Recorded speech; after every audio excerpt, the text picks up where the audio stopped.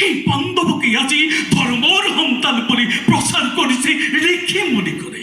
আৰু তোমাৰ ক্ষেত্ৰতো যদি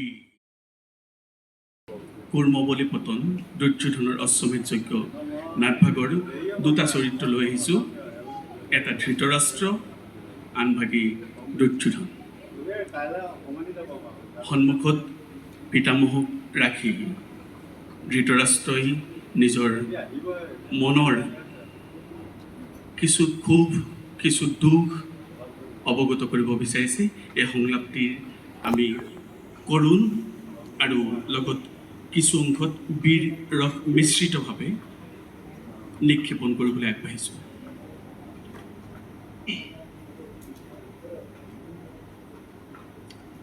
জন্মান্ধ বলি জানিও সকলো অন্যায়, সকলো অকাৰ্যৰ বাবে এই ধৃতৰাষ্ট্ৰকে অপৰাধী সজা হয়। হতভাগ্যৰ দৃষ্টান্ত আছে জানো ইয়াতকৈও অধিক? মোৰ কেতিয়াবা কেনে লাগে জানে পিতামহ? বিধাতাই যেন সকলোবোৰ সম্পৰীক্ষা ধৃতৰাষ্ট্ৰতেই কৰিব সম্পন্ন। জীৱন পৰীক্ষাৰ দাৰুণ অগ্নিত এই ধৃতৰাষ্ট্ৰক ভস্ম নকৰা পৰ্যন্ত যেন ক্ষান্ত নহব বিধাতা। আকৌ মোৰ কেনে লাগে জানে পিতামহ?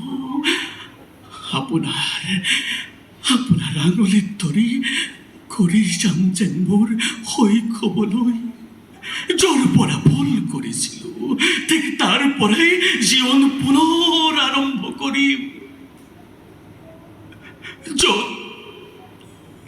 য'ত লোৰ মুৎকৰেৰে কোনো নাৰীয়ে নিজ গৰ্ভজাত সন্তানক লোৰ মুৎকৰেৰে অত্যাচাৰ কৰিব নোৱাৰে, য'ত ৰাজসভাৰ মাজত কোনো অধমে নাৰীক চৰম অপমান কৰিব নোৱাৰে, য'ত কাৰোবাৰ কুমন্ত্ৰণাত কোনো জন বঞ্চিত নহয় নিজ প্ৰাপ্যৰ পৰা,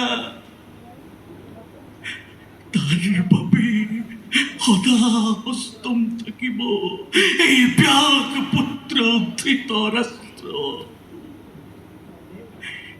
এই জীৱন জানো আকৌ ঘূৰাই পাম পিতামহ?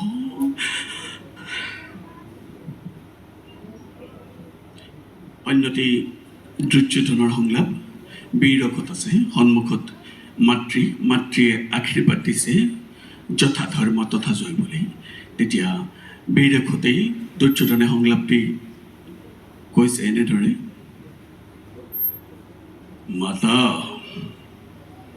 যদ্যপি শুনা পাওঁ তোমাৰ মুখত যথা ধৰ্ম তথা জয় আশীৰ্বাদে উত্তপ্ত ৰক্তস্ৰোত প্ৰবাহিত হয় মোৰ প্ৰতি ধমনীত। জগতৰ বোজা এই ঋষি মুনি কৰে ধৰ্মৰ যি পৰিভাষা কৰিছে প্ৰচাৰ, তেনে ধৰ্মৰ নামত মই শতবাৰ কৰো পতাঘাত। যাৰ জন্মৰ অন্তৰালত আছে এক দীৰ্ঘ প্ৰশ্ন চিহ্ন, সেই পাণ্ডৱকে আজি ধৰ্মৰ সন্তান বুলি প্ৰচাৰ কৰিছে ঋষি মুনি কৰে। আৰু তোমাৰ ক্ষেত্ৰতো যদি ধৰ্মৰ পৰিভাষা হয় তদ্ৰূপ, তেনে আশীষ মই নিবিচাৰো কদাপি। মই জানো চন্দ্ৰবংশীবীৰ মই ক্ষত্ৰিয়ৰ সন্তান। বিস্তাৰ কৰি চৌহিম বৰ ভালদৰে পালিম প্ৰজাক, ৰক্ষা কৰিম প্ৰজাকৰক মই বৰ্হি শত্ৰুৰ পৰা।